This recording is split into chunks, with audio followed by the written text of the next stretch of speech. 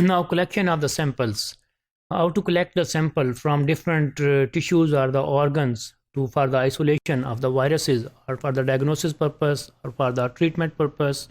There may be a lot of purposes for the collection of samples of the viruses, but it need to be very careful, because you are going to isolate the viruses, and some of the viruses are very dangerous. So therefore we can see that how to collect the sample, and what are the samples, and how to save them, and how to transport them to send them to the laboratories. First of all, some of the considerations that what to collect.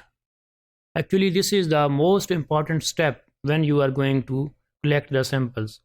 That what you need to collect depends upon the different kind of the diseases and different kind of the viruses which you need to, of course.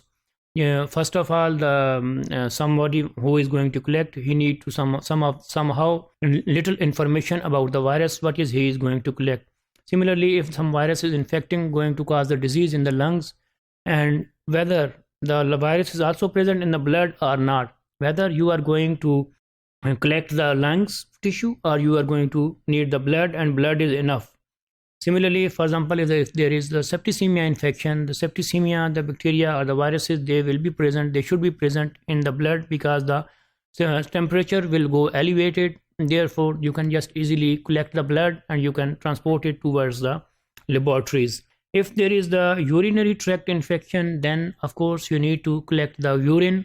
It's very easy. Similarly, if there is some infection with the intestines, or you can just use the fecal samples, and you can collect the fecal sample and send it.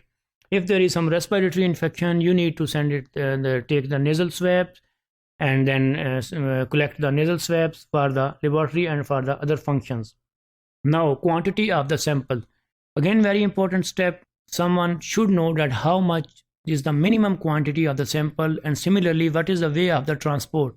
Whether it's enough that the same quantity of the sample will be go towards the laboratory, or you need to use a little bit more. It's better that use a little bit more sample as compared as is needed for the laboratory purposes.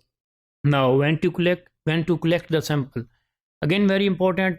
Someone should know that when to collect the sample, whether sometimes some viruses are causing the disease, and you can use before the treatment with the antibiotics. It's better, because the antibiotics will maybe act on the some of the viruses, and they can decrease their concentration inside, and site may vary with the time. Of course, it depends on the infection, what kind of infection you are going to speculate, and according to the infection, what you need to collect, and how much is the sample you need to collect, when you need to collect the sample. The time is very important.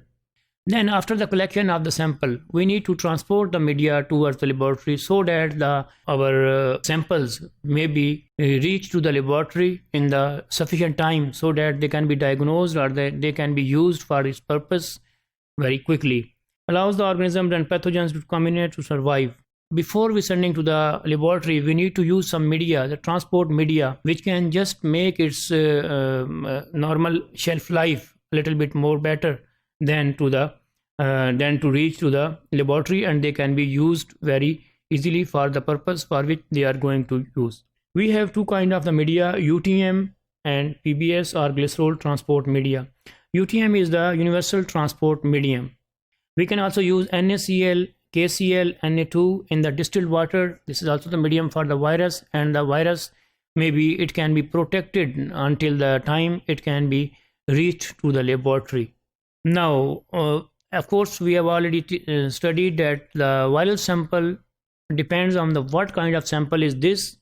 Therefore, now we will study according to the sample, that which kind of sample, and when it should be reached, what transport media is required for which kind of the samples, how much is the temperature needed on the way, and what is the purpose, and then what is the storage of the virus, whether you need to store it a little bit more at a time, then you can see. For example, the specimen is the throat swab.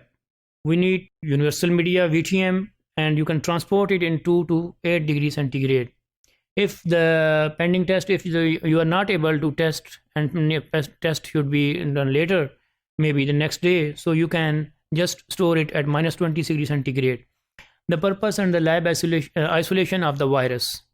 Then NPA or the other swab, it will be also the VTM 2 to 8 degrees centigrade, and the pending test will be the -20.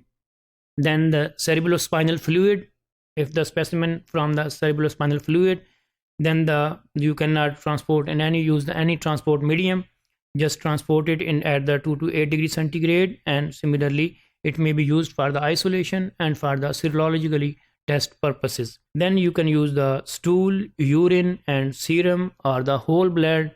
You cannot use for the virus purpose, you cannot use any transport media. You have to send it as such, and the same temperature 2 to 8 degrees centigrade, and then you can use it at -20 for the later. However, as far as the serum and the whole blood are concerned, you can just put it at 2 to 8 degrees centigrade, and you can see it in the other day. You can examine in the laboratory. All of these samples are transported towards the laboratory for the isolation and the serologically purposes.